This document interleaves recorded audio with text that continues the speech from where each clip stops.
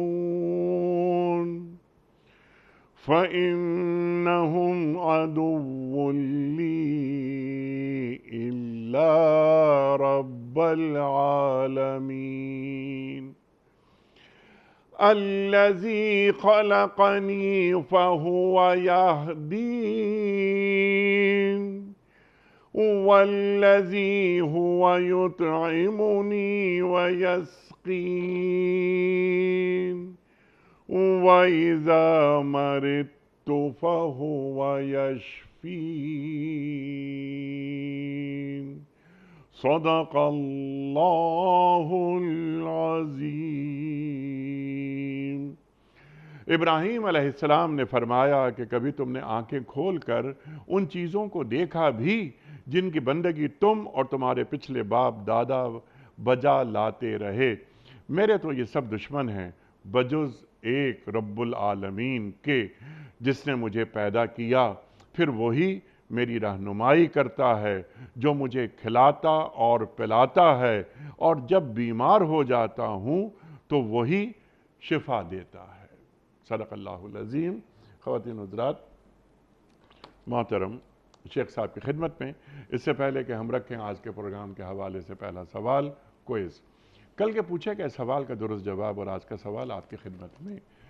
کل کا سوال ہمارا یہ تھا کہ قریش مکہ نے معاہدہ حدیبیہ کی خلاف ورزی کس سنہ ہجری میں کی تھی؟ درست جواب 8 سنہ ہجری میں۔ آج کا سوال نوٹ فرما لیجئے۔ حضرت لوط علیہ السلام کا حضرت ابراہیم علیہ السلام سے کیا رشتہ تھا؟ چچا تھے، خالو تھے یا ماموں تھے؟ جو درست جواب آپ سمجھتے ہوں روانہ فرمائیے۔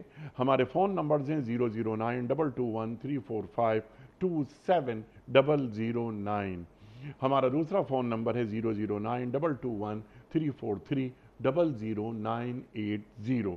ہمارا ای میل ایڈریس ps@dunyatv.tv، ہمارا SMS کا نمبر 3031 اور ہمارا واٹس ایپ کا نمبر ہے 00923218250194۔ شیخ صاحب ارشاد فرمائیے۔ ایک یہ بہت بڑا موضوع ہے جس پر توجہ ذرا کم دی جاتی ہے۔ ہمارا دین مکمل ہے، ہر پہلو کا جائزہ لیتا ہے، زندگی گزارنے کے طریقے بتاتا ہے، تو بیمار کی عیادت، اس تعلق سے ہمارا دین ہمیں کیا تعلیم کرتا ہے؟ بسم اللہ الرحمن الرحیم۔ اللہم صلی وسلم علی نبینا محمد۔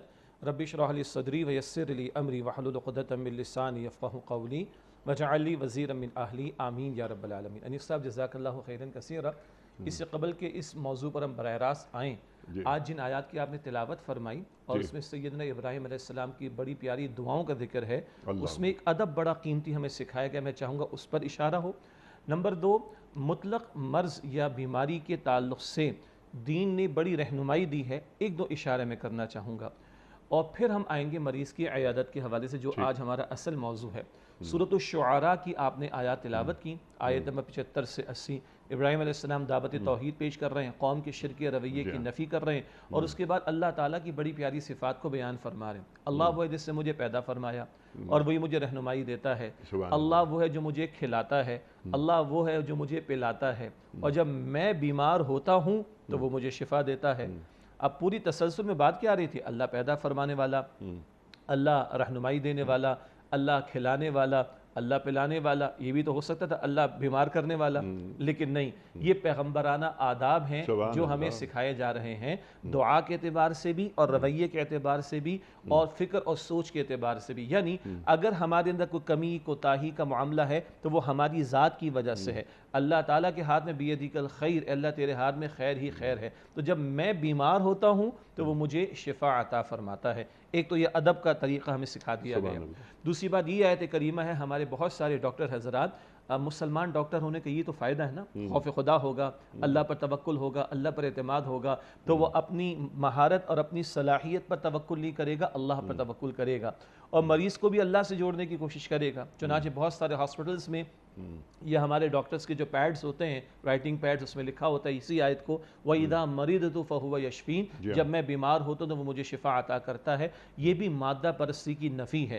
مادہ پرستانہ ذہن کیا کہتا ہے؟ مادہ پرستانہ سوچ رکھنے والے ذہن کیا کہتا ہے؟ جو قارون نے کہا تھا سورہ قصص کا 8واں رکوع، یہ میرے علم کی بنیاد پر ملا، یا سورہ کہف کا 5واں رکوع ہم پڑھتے ہیں، وہ باغ والے کا قصہ، یہ میرے علم کی بنیاد پر ملا۔ بندہ مومن کہتے ہیں کہ نہیں، میرے علم کی بنیاد پر نہیں، میرے رب کی عطا سے جو کچھ ملا وہ ملا، اور وہ نسبت دیتا ہے اللہ سبحانہ وتعالی کی طرف۔ ایک تو یہ ادب کا پہلو میں نے چاہا کہ سامنے رہے۔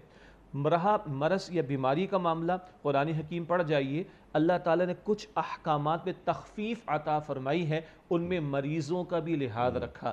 تو مرض کا معاملہ ہو، بیماری کا معاملہ ہو، اس حوالے سے دین بڑے گوشے رہنمائی کا عطا کرتا ہے۔ مثال کے طور پر ماہ رمضان ہے، اور ماہ رمضان سے متعلق جو احکامات سورہ البقرہ کے 23ویں رکوع میں ہیں، وہاں یہی فرمایا کہ جو تم میں سے حالت سفر میں ہو یا بیمار ہو تو ابھی روزہ چھوڑ دے، لیکن بعد میں اس کو روزہ قضا کرنا ہوگا۔ تو کچھ احکامات بالخصوص مریضوں کے حوالے سے بھی دین نے عطا فرمائے، اور یہ دین کا وہ پہلو ہے کہ الدین یسر، دین آسان ہے۔ یرید اللہ بکم الیسر، اللہ تعالیٰ تمہارے لیے آسانی فرمانا چاہتا ہے، اور وما جعل علیکم فی الدین من حرج، اللہ نے دین پر تمہیں تنگی کا معاملہ نہیں رکھا۔ تو اللہ نے کئی احکامات میں مریضوں کا لحاظ رکھا۔ آپ غزوہ تبوک کو دیکھیے، غزوہ تبوک کے موقع پر ہر ایک کا نکلنا لازم تھا، راہ خدا میں جہاد، جو کہ سلطنت روما کے خلاف تھا، لیکن معذورین کا معاملہ، مریضوں کا معاملہ، ان کے تخفیف اللہ سبحانہ وتعالی نے فرمائی۔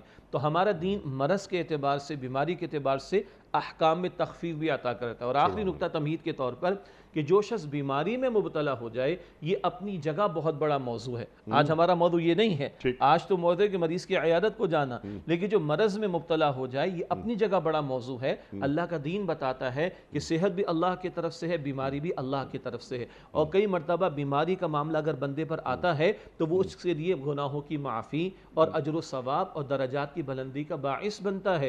حدیث مبارک میں آتا ہے کہ کل بندے کو ایک ڈھیروں اجر عطا ہوگا، تو پوچھے گا مالک کس چیز کا اجر ہے یہ؟ اللہ تعالیٰ فرمائے گا تجھ پر بیماریاں آئیں، تیرے آپریشن ہوئے، تیرے جسم پر قینچیاں چلی تھیں، کچھ نہ کچھ جراح کا معاملہ، آپریشنز وغیرہ کا معاملہ، سرجریز کا معاملہ ہوا تھا، تو اس اجر کو دیکھ کر بندہ کہے گا کاش دنیا میں اس قدر بیماریاں آتی کہ جسم کے ایک ایک حصے پر قینچیاں چلتی اور میں اس پر صبر کرتا اور آج اور زیادہ اجر پاتا۔ تو مومن کا معاملہ کیا نتھنگ لوز والی بات ہے، اگر وہ بیماری میں مبتلا کیا گیا ہے یا مبتلا ہو جاتا ہے تو یہ بھی اس کے لیے اللہ تعالیٰ کے قرب اور اللہ تعالیٰ کے اجر و ثواب کے حصول کا باعث بنتا ہے۔ البتہ یہ اپنی جگہ ایک بڑا موضوع ہے، پھر کبھی اس پر کلام کر لیں گے۔ اور بیماری میں مبتلا ہونے کے بعد گناہ ایسے جھڑتے ہیں جیسے درخت سے پتے، اور وہ بھی خزاں کے موسم میں۔ اللہ اکبر۔ تو مومن کا معاملہ نہیں، سب کیا نتھنگ ٹو لوز والی بات ہے۔ ہر سبحان اللہ، اللہ تعالیٰ نے اپنے پیغمبروں کی مثالوں میں شکر کے پہلو بھی رکھ دی ہے۔ داؤد علیہ السلام، سلیمان علیہ السلام، رب اوزعنی ان اشکر نعمتک التی انعمت علی وعلی والدی، اے میرے رب مجھے توفیق عطا فرما کہ میں تیرا شکر ادا کر سکوں اس نعمت پر جو تو نے مجھ پر فرمائی اور میرے والدین پر فرمائی۔ شکر کے حوالے سے بہترین مثالیں۔ اور اگر صبر کی بات دیکھنا چاہے تو صبر ایوب مشہور ہے۔ 18 برس مفسرین نے لکھا کم و بیش وہ بیماری میں مبتلا رہے مگر زبان پر شکوہ نہیں آتا، اور اپنے رب کے سامنے انہوں نے اپنے معاملے کو پیش کیا۔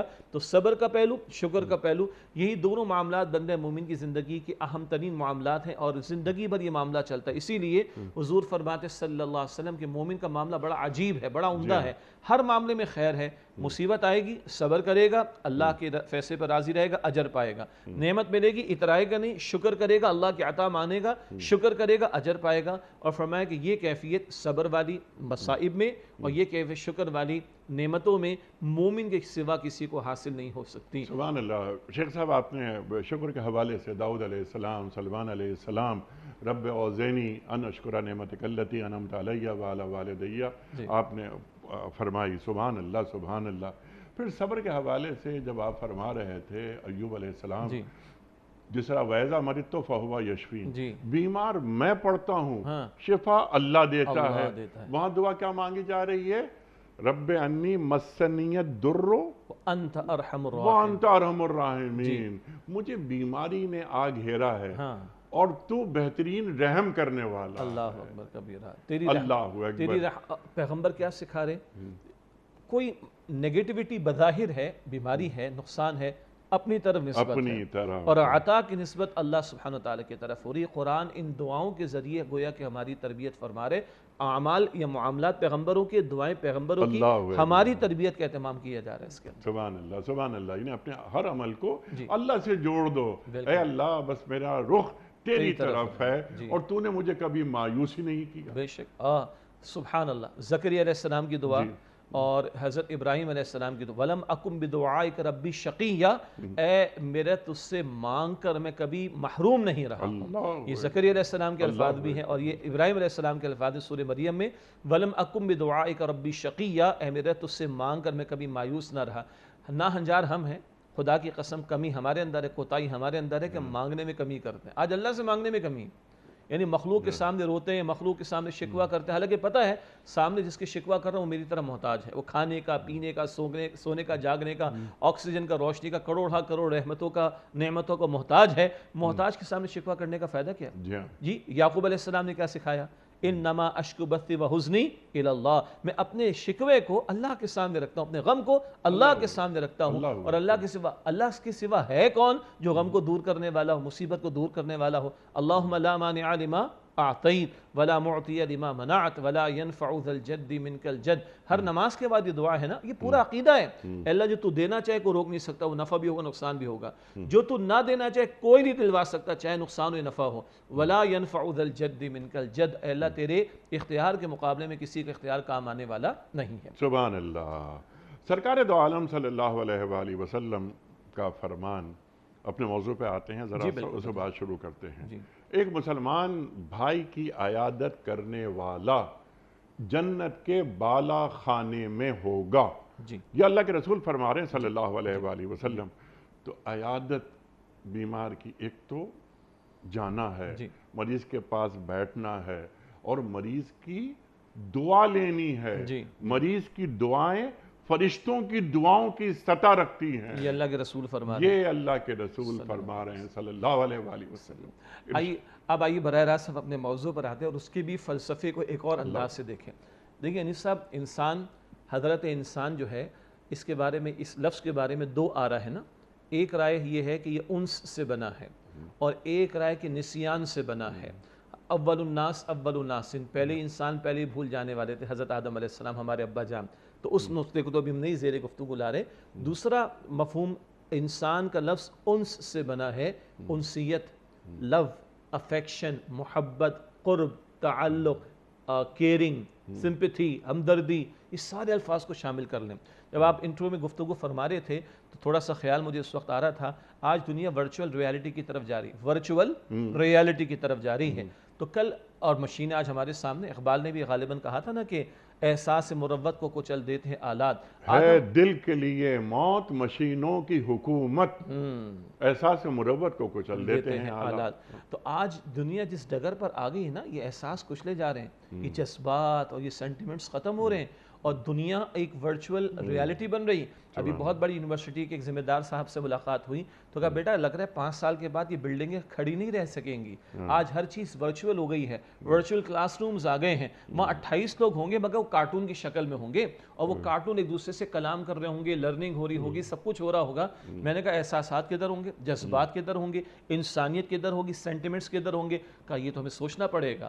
آپ قربان جائیے قرآن حکیم پر، آپ قربان جائیے محمد مصطفیٰ صلی اللہ علیہ وسلم کی تعلیمات پر. بڑی خوبصورت بات ایک صاحب نے کہی کہ اکثر و بیشتر ہماری محنتیں اشیاء پر ہیں، چیزوں پر ہیں، ایسٹس پر ہیں، مشینز پر ہیں، آلات پر ہیں، اور پیغمبروں کی اور کتابوں کی محنت افراد پر ہوا کرتی تھی. آج افراد پر محنت نہیں ہو رہی. تو آج اگر سارا کچھ ورچوئل کر دیں گے تو انسان کو انسان کہاں سے ملے گا، بلکہ انسان کو انسانیت کہاں سے ملے گی، لو، افیکشن کہاں سے ملے گا. اس تناظر میں دیکھیں اللہ کا دین ہمیں مخلوق خدا کے حقوق کو ادا کرنا، مخلوق کے کام آنا. آپ نے حدیث مبارک سنائی، الخلق عیال اللہ، ساری مخلوق اللہ کا کنبہ، فیملی ہے. اللہ کو کون پسند ہے؟ جو اس کی فیملی کے ساتھ یعنی اس کی مخلوق کے ساتھ زیادہ نفع کا معاملہ کرنے والا ہو، بھلائی کا معاملہ کرنے والا ہو. خیر الناس من ينفع الناس، لوگوں میں سے نفع والا کون ہے؟ جو لوگ بہتر کون ہے؟ جو لوگوں کو زیادہ نفع پہنچانے والا ہو. اس تناظر میں دیکھیں، معروف حدیث ہے، اللہ کے رسول نے فرمایا صلی اللہ علیہ وسلم، مسلمان کے مسلمان پر 5 حقوق ہیں. بعض احادیث میں 6 اور 7ویں بات بھی آتی ہے. جب ملاقات ہو تو سلام کرے، سلام کر دیا تو سلام کا جواب پیش کرے. اسی طرح اس کا انتقال ہو جائے تو جنازے میں شرکت کرے. اسی طرح دعوت دے تو دعوت کو قبول کیا جائے. اگر اس سے چھینک آئے وہ الحمدللہ کہے تو تم یرحمک اللہ کہے کہ اس کو جواب دو. اور بیمار ہو جائے تو اس کی عیادت کو جاؤ. دنیا میں عام طور پر بیمار آدمی یا بہت زیادہ بیمار آدمی وہ کام کا نہیں رہتا، وہ پھر ہمارے لیے کسی کام کا نہیں رہتا، تو پھر وہ ہمارے لیے ایک ورتھ چیز ہو جاتی ہے معاذ اللہ. لیکن دین کس قدر تعلیم دے رہے، آپ نے جو احادیث ابھی سنائی، جنت کے بالا خانے میں ہوگا. اور تم جا کر بیمار سے دعائیں لو کہ بیمار کی دعا ملائکہ فرشتوں کی دعا کی طرح ہوتی ہے. اور تم صبح جاتے ہو بیمار کی عیادت کو 70,000 فرشتے تمہارے لیے مغفرت کی دعا کرتے ہیں. تم شام میں جاتے ہو بیمار کی عیادت کے لیے 70,000 فرشتے صبح تک تمہارے لیے مغفرت کی دعا کرتے ہیں. یہ کیوں اس قدر زور دیا اللہ کے رسول؟ قربان جائیے، یہ صداقت پر مبنی احادیث، سچی احادیث ہیں، ان سب کا اجر و ثواب ہے. مگر اس دنیا میں بھی آپ جیسے آپ نے فرمایا، کیا ہماری خوبصورت معاشرت ہے، ایک باپ بیمار ہوتا ہے، دادا بیمار ہوتا ہے، نانا بیمار ہوتا ہے، نانی بیمار ہوتی ہے، کسی کی ماں بیمار ہو جاتی ہے، کتنے دائیں بائیں سے لوگ جمع ہو جاتے ہیں. وہ اپنے آپ کو اکیلا فیل نہیں کرتا. اتنے لوگ ہیں. ہاں، ہم آداب میں آگے ذکر کریں گے. دوست جمع ہو جاتے ہیں، یہ تو رشتہ دار ہیں. جی باپ بیمار ہے تو بیٹا پہنچتا ہے، بیٹی پہنچتی ہے، بھائی پہنچتے ہیں. لیکن جب دوستوں کو معلوم ہو جاتی ہے کہ ہمارا کوئی دوست بیمار ہے تو وہ دوڑے دوڑے چلے آتے ہیں. بالکل، وہ اپنے آپ کو اکیلا فیل نہیں کرتا. باقی آپ آگے آداب کے ذیل میں ایک بات کر لیں گے کہ عیادت کا عمل بیمار مریض کے لیے زحمت کا باعث نہ بنے، وہ بعد میں ہم بات کر لیں گے. اس کے جو اور ساتھ موجود لوگ ہیں، اس کے ساتھ رہنے والے، ان کے لیے تکلیف کا باعث یہ ڈاکٹرز کو ان کا فنکشن ادا کرنے میں رکاوٹ نہ بنے، وہ بعد میں بات کر لیں گے. لیکن یہ سب کچھ کیا ہے؟ وہ ایک فیملی کے طور پر اپنے آپ کو محسوس کرتے ہیں، اپنائیت محسوس کرتے ہیں، انسیت محسوس کرتے ہیں. آج مشینی زندگی اس سے ہمیں دور لے جا رہی ہے. آج یہ آلات ہمیں اس سے دور لے جا رہے ہیں، اور یہ ہدایات قیامت تک کے لیے ہیں. یہ قرآن کی آیات قیامت تک کے لیے، احادیث مبارکہ قیامت تک کے لیے. دنیا تڑپ رہی ہے آج ان ہدایات کے اعتبار سے. اور آپ نے بجا فرمایا شروع میں انٹرو میں کہ شاید ختم تو نہیں، مگر یہ عیادت کا عمل ہمارے کم ہوتا چلا گیا ہے. اس کمی کو ہمیں پورا کرنے کی ضرورت ہے. ٹھیک ہے، تو یہ صرف سماجی ذمہ داری نہیں، یہ ہمارا مذہبی فریضہ ہے، اور اس کو آخرت سے جوڑا جا رہا ہے. جی، آخرت سے جوڑا جا رہا ہے. اور والخلق عیال اللہ، یعنی دین اجتماعی زندگی کی بات کرتا ہے. یہ نہیں کہ میں اپنی زندگی جی لوں، مزے کر لوں، آپ اپنی زندگی جی لیں وغیرہ وغیرہ. نہیں، یہ ایک یوسرون علی انفسہم ولو کان بہم خصاصہ. اللہ اکبر. تو یہ جو ایک سماجی تانے بانے ہوتے ہیں، یہ اس کے لیے ضروری ہے کہ میں آپ کا خیال رکھوں اور آپ میرا خیال رکھیں. آپ کی بات بلند ہوتی ہے. ایک ہے روٹین کے معاملات نا. میں آپ کا دوست، آپ ملنا جلنا آنا جانا سب کچھ لگا ہوا ہے. آپ ایک جاب پر ایک پوزیشن میں، شاید میرا کچھ اس سے تعلق بنتا ہے، ہم آپ کے ساتھ مل رہے ہیں، آپ میرے ساتھ مل رہے ہیں. آپ غور کریں کہ جہاں کوئی کمزور ہو گیا معاشی اعتبار سے، جسمانی اعتبار سے، سماجی اعتبار سے، پوزیشن، ریٹائرمنٹ ہو گئی پوزیشن کے اعتبار سے، تو دین تو وہاں کی بھی تعلیم دے رہا ہے. اور قربان جائیے، بندہ دنیا سے چلا گیا ہے، بندہ دنیا سے چلا گیا، میرا کوئی ظاہری دنیاوی مفاد اب اس سے وابستہ نہیں ہے. اور دین کہتے ہیں کہ جاؤ اس کے لیے جنازے میں شرکت بھی کرو اور اس کے لیے دعا بھی کرتے رہو، ربنا اغفر لنا ولاخواننا الذین سبقونا بالایمان. گویا دین وہ ہمیں رشتے عطا کرتا ہے، تعلق داری عطا کرتا ہے، دوستی عطا کرتا ہے کہ جو مفاد پرستی سے بالاتر ہو. میں دوبارہ اس کو ریفرسائز کر رہا ہوں. کئی کچھ لوگ کسی اعتبار سے کمزور ہو رہے ہیں، معاشی اعتبار سے، جسمانی اعتبار سے، صحت کے اعتبار سے، پوزیشن کے اعتبار سے. کہیں پہلے کسی پوزیشن پہ تھا، وہ اختیارات ختم ہو گئے، ریٹائرمنٹ ہو چکا، بظاہر میرے کسی کام آنے والا نہیں. ایسے مواقع پہ دین تو اور توجہ دلا رہا ہے. تمہارے مستحق رشتہ دار ہوں، ان کی مدد کرو، بقیہ مستحقین سے ڈبل اجر تمہیں ملے گا. تمہارا بھائی بیمار ہو گیا یہ اتنا جو ثواب ملے گا، جی اور شاید بیماری ایسی ہوگی کہ اب وہ تمہارے کسی کام نہیں آ سکتا، تو تم نے کچھ کرنا ہی پڑے گا، اس سے کوئی بینیفٹ اپیرنٹلی نہیں مل رہا۔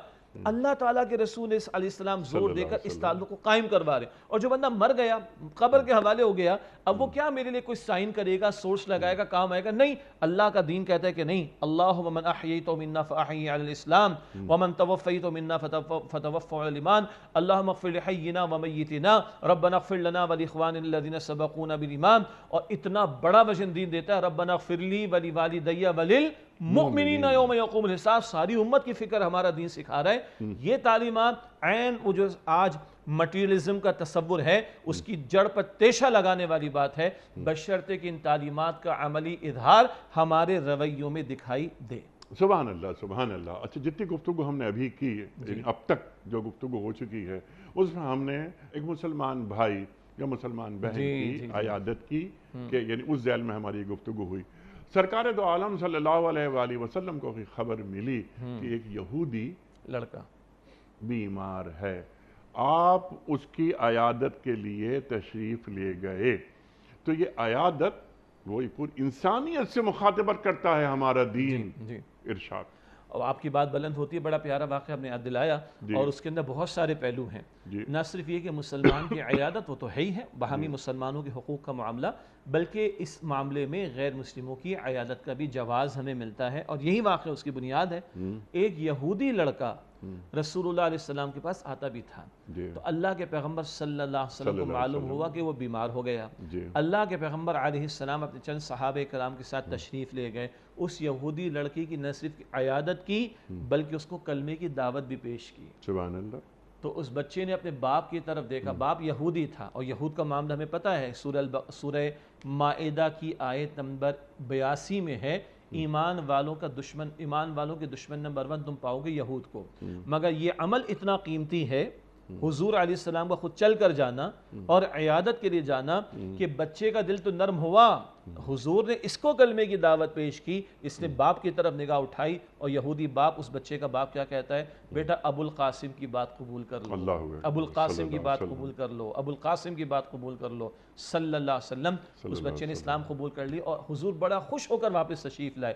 معلوم ہوا کہ نہ صرف یہ کہ انسانیت کا بھی ایک تقاضا ہے، جی، بلکہ دعوت دین کا بھی تقاضا ہے کہ دعوت اگر پیش کرنی ہے تو دوسروں کے دلوں کو پہلے جیتنا پڑے گا، دوسروں کے دلوں کو ون کرنا پڑے گا، دوسروں کے دلوں کو نرم کرنا پڑے گا۔ اور سچی بات یہ ہے، بیمار آدمی کا دل نرم ہوا کرتا ہے، بیمار آدمی کا دل نرم ہوا کرتا ہے۔ اور جو تھوڑی دیر پہلے ہم نے بات کی مٹیریلزم والی، مادہ پرستانہ سوچ والی، آج کے تناظر میں تو کچھ چل کر کسی بیمار کے پاس آ رہا ہے وہ تو بہت بڑی نعمت سمجھتے اپنے لیے۔ تو ایسے میں اگر ایک غیر مسلم بچے کو رسول اللہ علیہ السلام دعوت دین پیش کر رہے ہیں اور وہ قبول کر لیتا ہے اور اسلام میں داخل ہو جاتا ہے، تو مسلمانوں کے درمیان میں اگر کوئی ایسے لوگ بیمار ہو جائیں جو دینی اعتبار سے تھوڑا کمزور ہیں ابھی، تو میں سمجھتا ہوں کہ ان کے دل نرم ہوں گے، اس موقع پر ان کے دلوں کی نرمی کا بھی فائدہ اٹھایا جائے، عیادت کا بھی فریضہ انجام دیا جائے، اور ان کو اللہ تعالیٰ سے قریب کرنے کی کوشش کی جائے۔ تو ہارڈ ٹائمز میں، مشکلات میں بندوں کے دل نرم ہوتے ہیں۔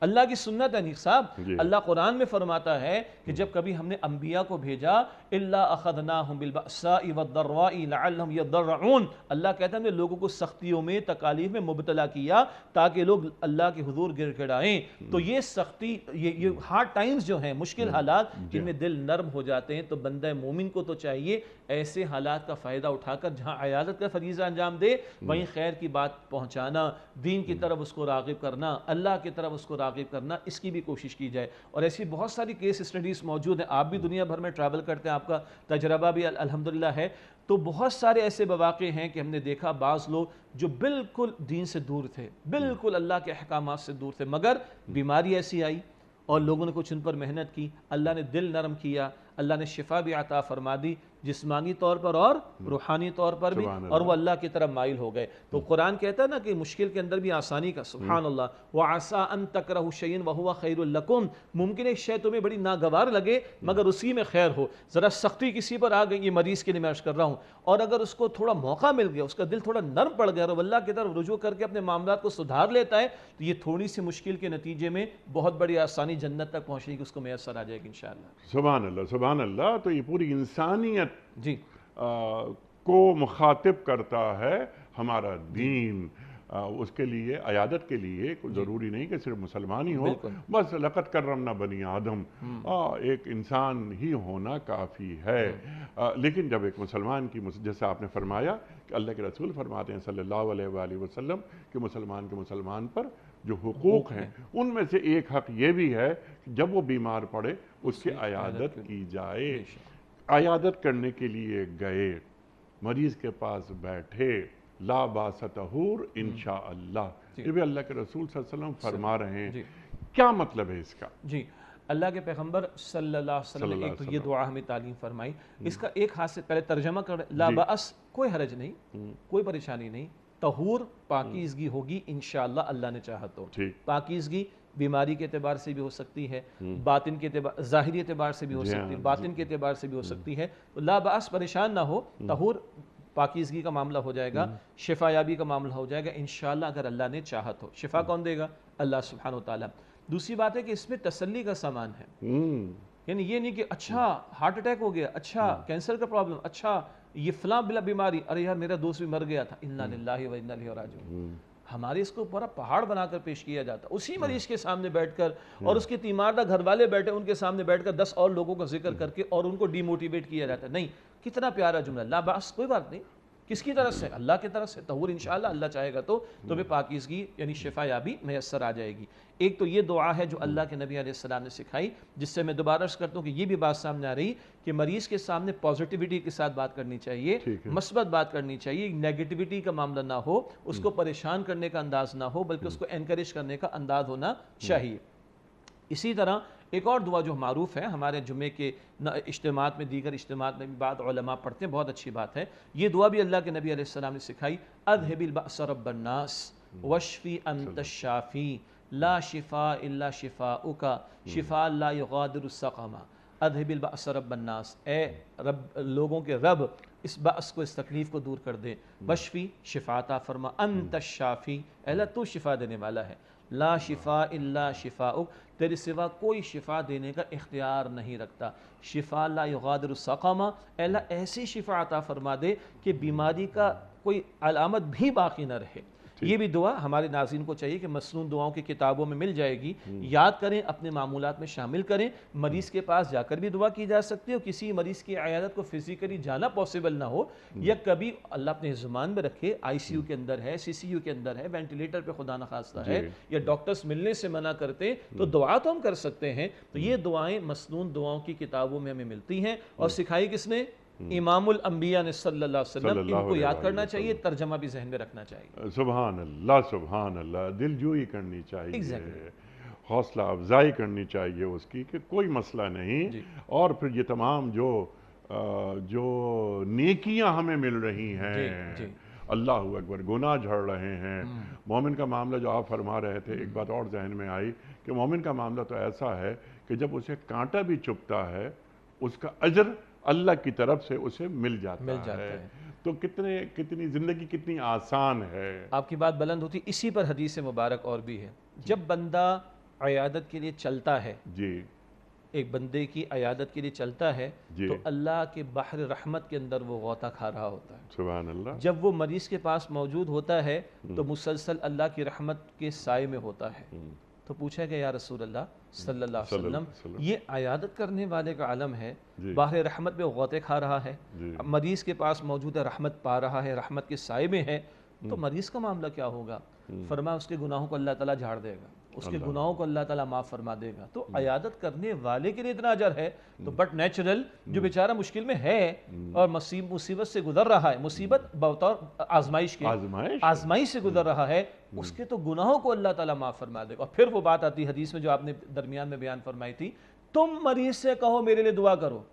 عجیب بات ہے, مریض تو انتظار کرتے میرے لیے کوئی دعا کرے, جمعے میں دعا ہو جائے, کسی اجتماع میں دعا ہو جائے, کسی پبلک میں دعا ہو جائے. نہ, تم مریض سے کہو بھائی تو اللہ کے قریب ہے, اور تیری دعا اس وقت فرشتوں کی دعا کی طرح ہے کہ اللہ قبول فرماتا ہے, تو تم مریض سے کہو کہ تو بھی دعا کر. آپ سوچئے یہ مریض کا موٹیویشنل لیول کہاں کھڑا ہوگا کہ یار میری دعا اللہ تعالیٰ قبول کر لے گا. اب اس کو انسانی نفسیات کے اعتبار سے دیکھیے، کوئی ڈرا کے جا رہا ہے، ابے فلاں مر گیا تھا، ارے بھائی فلاں مر گیا تھا، اس کا انتقال ہو گیا تھا، اور یہاں کیا ہے، شفا وہ دے گا، جی اس کے اذن کے بغیر نقصان نہیں ہو سکتا، اس کے اذن کے بغیر موت نہیں آ سکتی، اور تو دعا کر تو تیری دعا فرشتوں کی دعا کی طرح ہے۔ آپ نفسیاتی سطح پر دیکھیں اس مریض کی موٹیویشن کا عالم کیا ہوگا۔ سبحان اللہ سبحان اللہ سبحان اللہ۔ وہی جو بار بار ہم ایک بات کہتے ہیں کہ اپنے معاملات کو اللہ کے حوالے کر دینا۔ اللہ اکبر اللہ اکبر۔ اچھا شیخ صاحب، یہ بہت ساری گفتگو آپ نے عطا فرمائی دینی پیراڈائم میں، یعنی جو اللہ کیا فرما رہا ہے اور سرکار دو عالم صلی اللہ علیہ وآلہ وسلم کے فرمودات، زندگی گزارنے کے آداب، جس میں عیادت کے بھی آداب سامنے آ گئے۔ صرف ایک بات میں یہ چاہ رہا تھا کہ اس پر بھی گفتگو آپ فرما دیجئے تاکہ پھر ہم آج کے مسائل کی طرف آ جائیں۔ اللہ فرما رہا ہے کہ میں بیمار ہوا تو عیادت کو نہیں آیا، اس بندے کے پاس اگر تو عیادت کو جاتا تو مجھے وہاں پاتا۔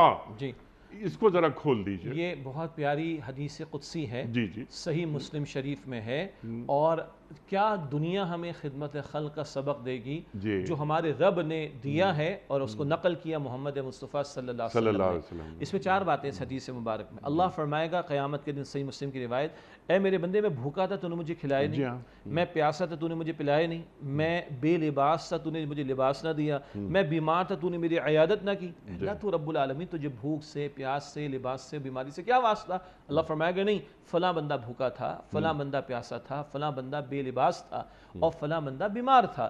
اگر تو نے اس کو کھلایا ہوتا، اگر تو نے اس کو پلایا ہوتا، اگر تو نے اس کو لباس دیا ہوتا، اور اگر تو اس کی عیادت کو گیا ہوتا تو مجھے پا لیتا۔ اللہ اکبر۔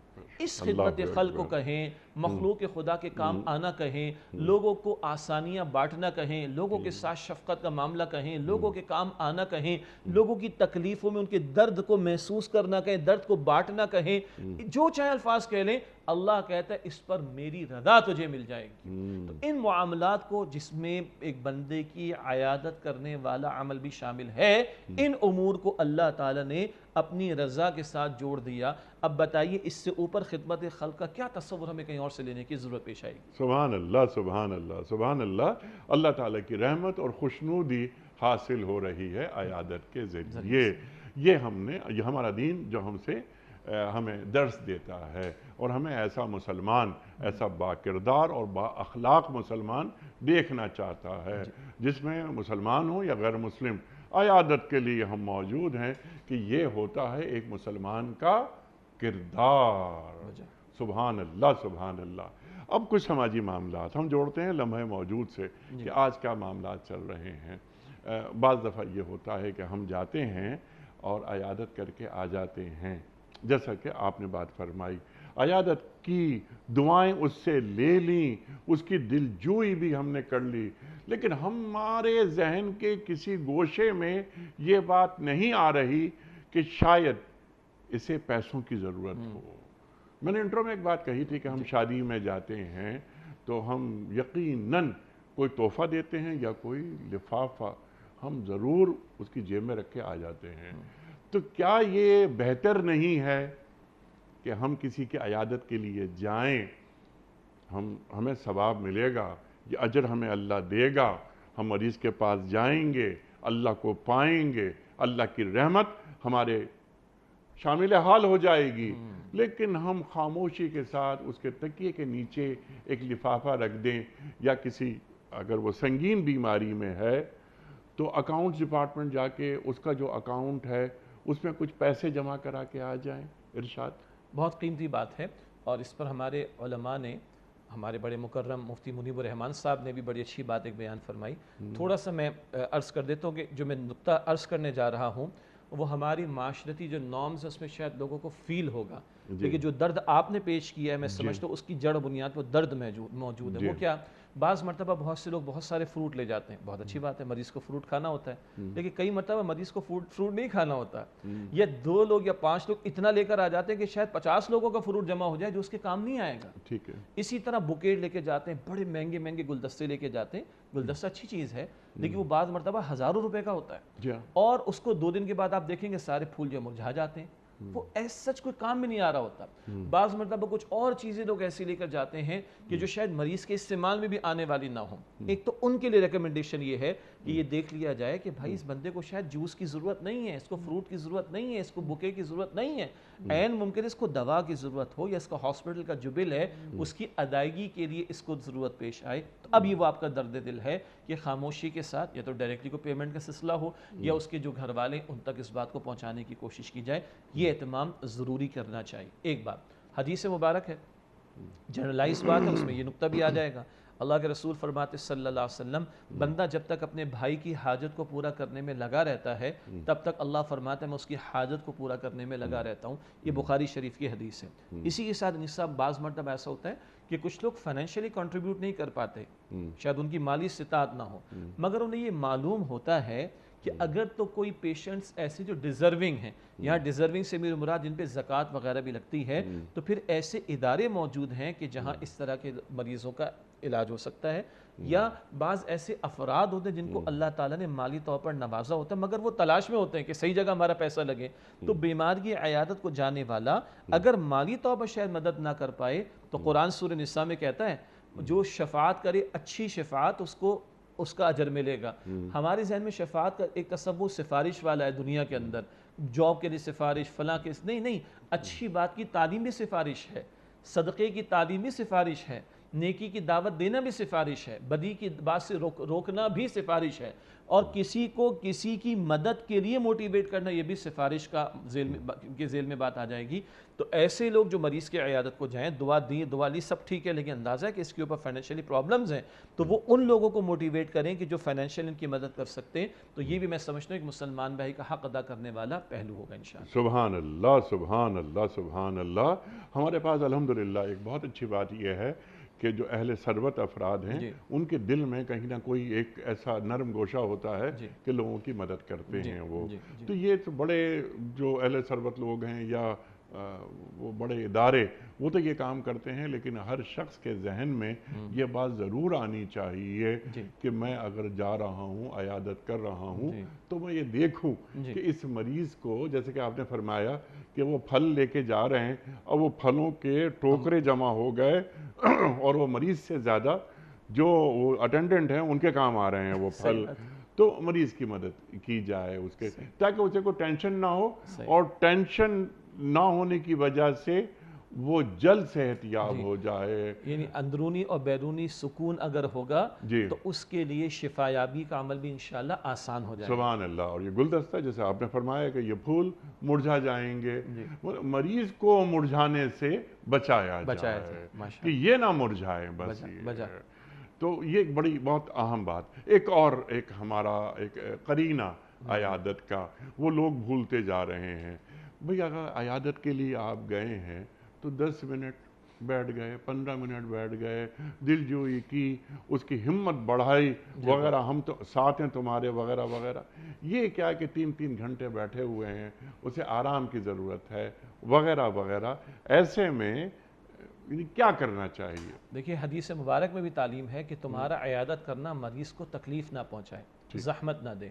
تو یہ دیکھ لیا جائے کہ ہمارے طرز عمل سے اس کو پریشانی نہ ہو. اچھا, پریشانی کے بہت سارے پہلو ہیں, اس کی غنودگی کا معاملہ, اس کے آرام کا معاملہ, اس کا میڈیسن لینے کا معاملہ, اس کی حاجات کے رفع ہونے کا معاملہ, یا اسی طرح اور معاملہ. اسی طرح جو اٹینڈنٹ ہیں وہ بھی بیچارے صبح سے جاگ رہے ہیں, ہم آگے بیٹھ کے وہ گپے لگا رہے ہیں وہاں پر, ان کو بھی شاید تھوڑا آرام کی ضرورت پیش آئے. یہ بہت سارے پہلو دیکھتے ہوئے مختصر سے مختصر وقت میں کام کرنا چاہیے, نمبر 1. نمبر 2, بعض مرتبہ مریض کی کنڈیشن ایسی ہے کہ ڈاکٹرز ملنے سے منع کرتے ہیں, تو بس ایسی صورت میں جو گھر والے ہیں اٹینڈنٹ, ان سے ہی آپ کہیے کہ عیادت کا معاملہ ہو جائے اور دعا دے کر آپ بندہ واپس آ جائے.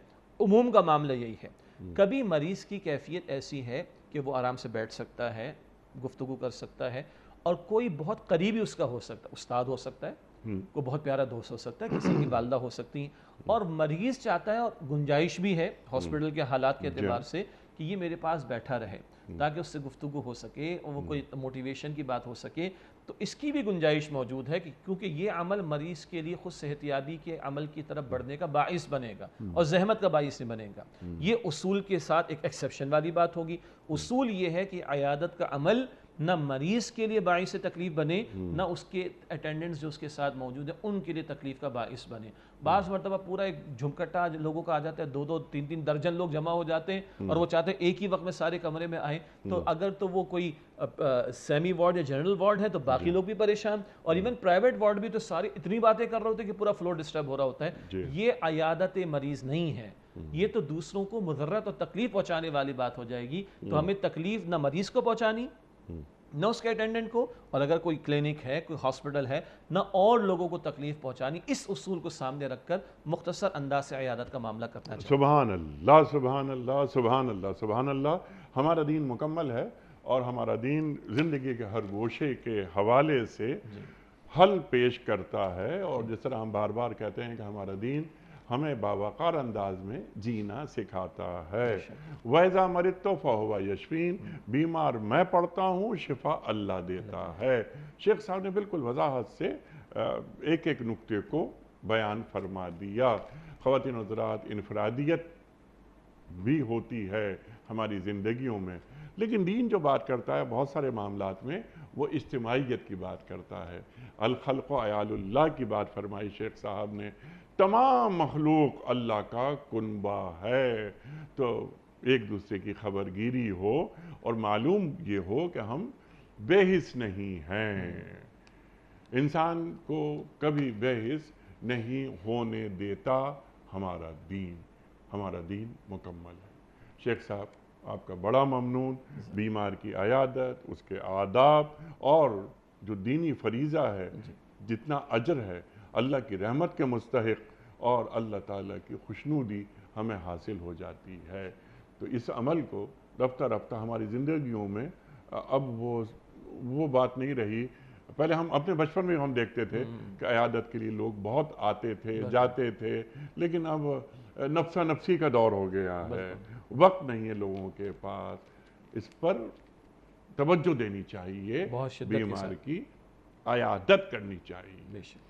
شیخ صاحب کا بڑا ممنون، بڑا شکر گزار۔ خواتین و حضرات، وقت مکمل ہوا ہمارے آج کے پروگرام کا کوئز۔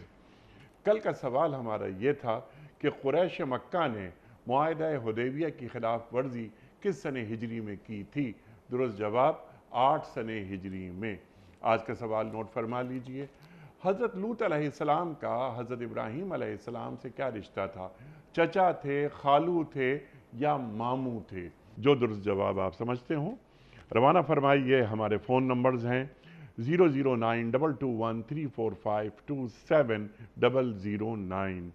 ہمارا دوسرا فون نمبر ہے 009221343000980۔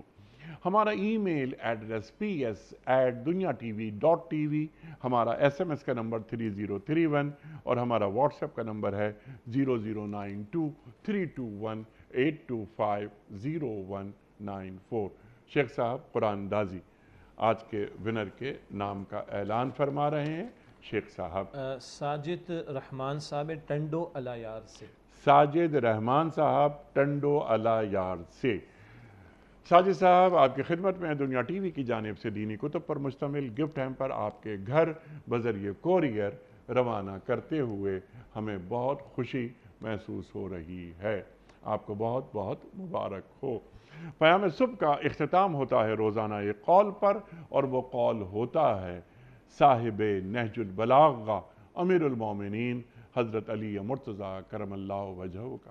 آپ فرماتے ہیں حلال دنیا حساب ہے اور حرام دنیا عذاب۔ اللہ اکبر۔